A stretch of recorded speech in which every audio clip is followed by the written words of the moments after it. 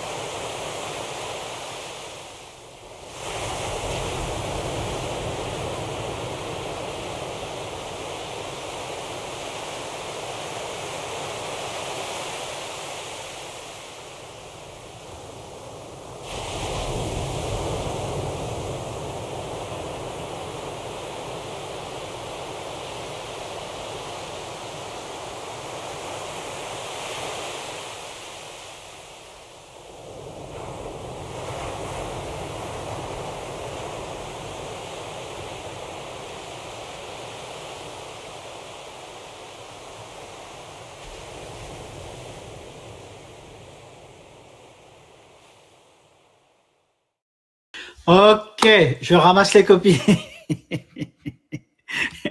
Levez vos stylos. Allez, je vous laisse encore 5-10 secondes. Alors, donc, si vous avez joué honnêtement, si vous avez joué le jeu honnêtement, j'imagine que vous avez quand même pas mal de choses. Pas mal de choses, vous avez couché pas mal de choses sur le papier.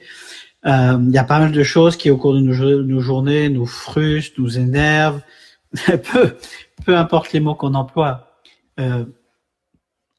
nous frustrent. Bon. Alors, un des aspects, et pas inintéressant, mais pas l'aspect principal de cet exercice, c'était de laisser filer, d'accord, de se lâcher, de pas endiguer le flot, de pas se juger, de pas être dans l'analyse non plus, ou de pas stopper le processus, d'accord, ou pas rentrer dans les rationalisations. Donc ça, c'est un des premiers aspects de cet exercice.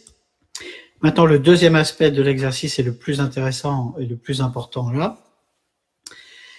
Ça va être de reconnaître ce qui vous a mis en colère, ce qui vous a énervé, ce qui vous a ennuyé. Reconnaître que ce qui vous a mis en colère, énervé, ennuyé repose sur une peur. D'accord?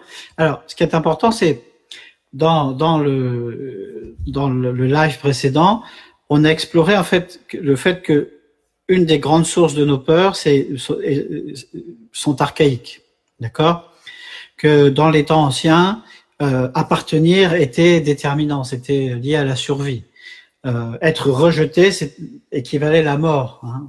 Dans la nature sauvage, on pouvait se faire dévorer par une bête sauvage, être tué. Donc la notion d'appartenance était vraiment important, que c'était une nécessité d'être accepté, reconnu, respecté, et que beaucoup de nos peurs naissent de ça. D'accord? Donc encore une fois, si peur c'est un trop grand mot pour vous par rapport aux situations que vous avez décrites, on peut utiliser l'expression menace pour le système nerveux, d'accord? On sait que voilà, quand nos systèmes nerveux sympathiques est engagé, ou alors s'il s'engage lié à une peur archaïque, eh ben notre système nerveux va scanner et va analyser tout comme une menace, d'accord? Tout va être une menace dans notre environnement. C'est la source du stress, ok? Une des parties de la source du stress, d'accord? Et donc là, la deuxième partie d'exercice, donc quelque chose nous a réactivé, une attente non réalisée, quelqu'un n'a pas fait ce qu'il nous a dit qu'il allait faire, quelqu'un nous a écrit, ça nous a énervé, voilà, il y a plein de situations. Posez-vous la question, en quoi suis-je menacé? Qu'est-ce qui me menace là-dedans? Pour chaque situation, donc prenez chaque situation, prenez-en une déjà, une situation que vous avez notée et posez-vous cette question, d'accord? Recherchez la peur qu'il y a derrière cette colère ou cette menace que vous avez ressentie à ce moment-là. D'accord? Qu'est-ce qui vous a réactivé? Quelle est la peur qu'il y a derrière? Posez-vous cette question. En quoi dans cette situation, en quoi je suis menacé? Prenez à nouveau 1 minute pour parcourir votre feuille. Déjà, faites-en une. Faites-en une.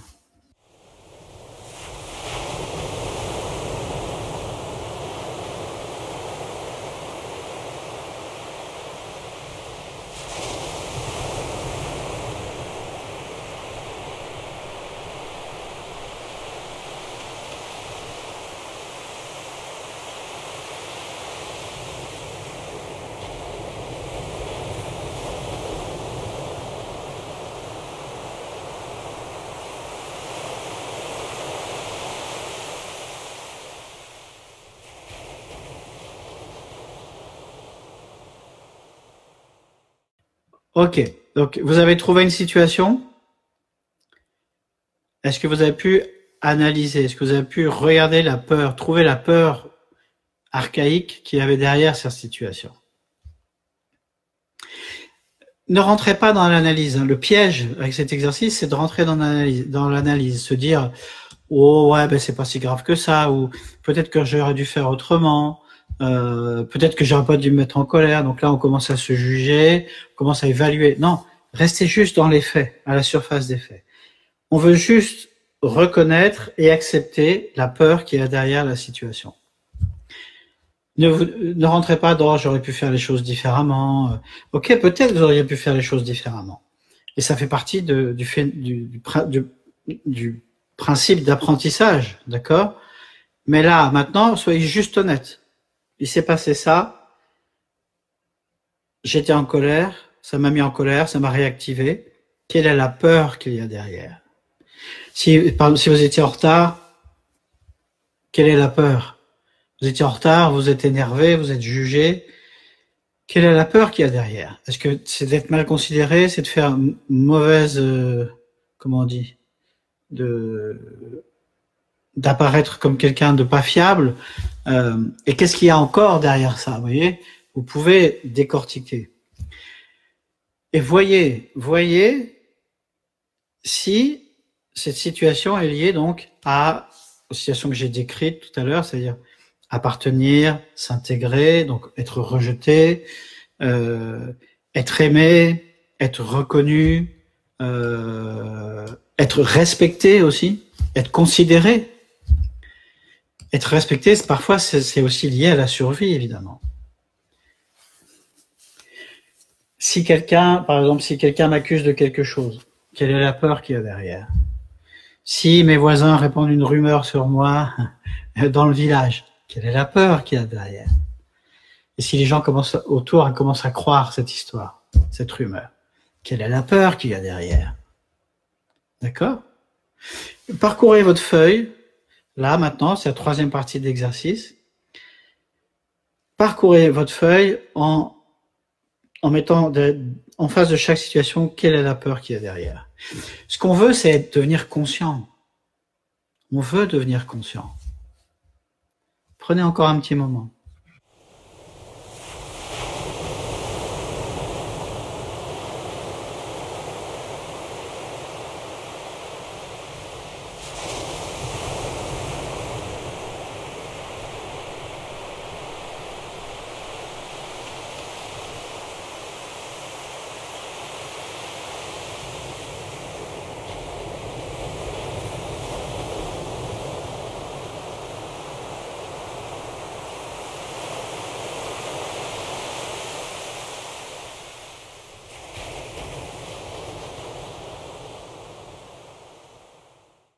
Ok, j'espère que vous avez pu passer en revue quelques situations.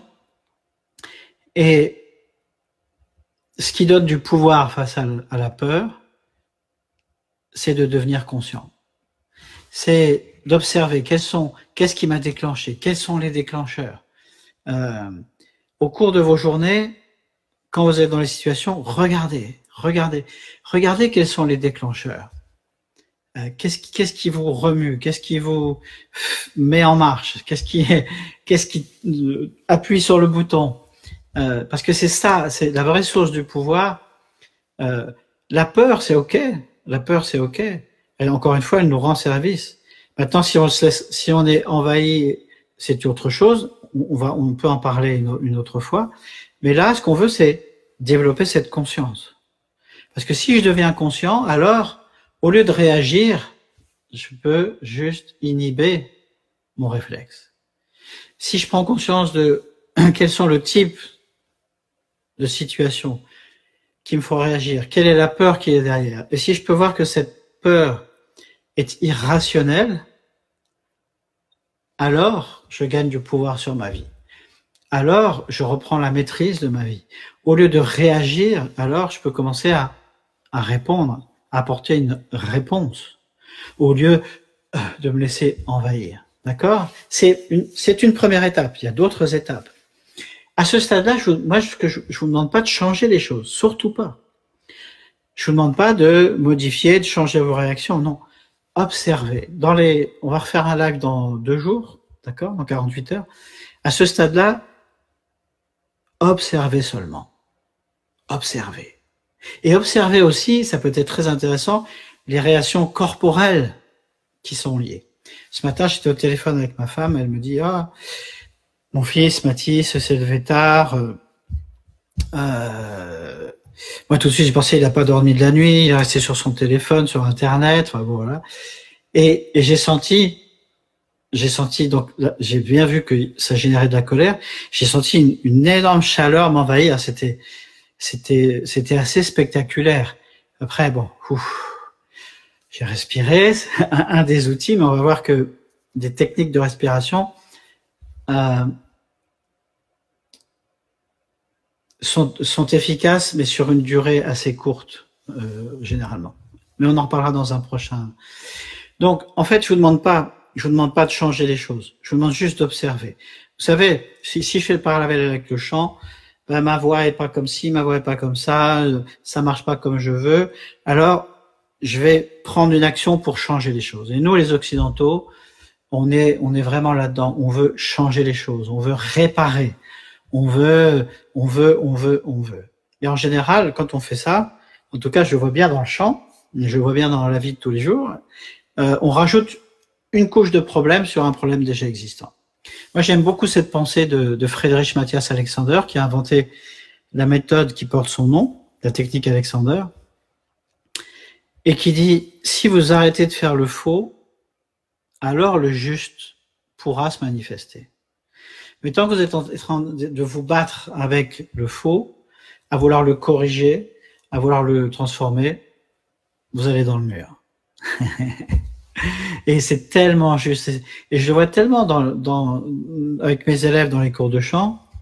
Si on arrête juste de pousser avec son ventre, de donner un coup avec son diaphragme, si on arrête tous ces petits gestes qu'on a mis en place, dont on est souvent même pas conscient, tous ces gestes qui sont basés sur la volonté, d'accord, sur le désir d'y arriver, et bien les choses changent.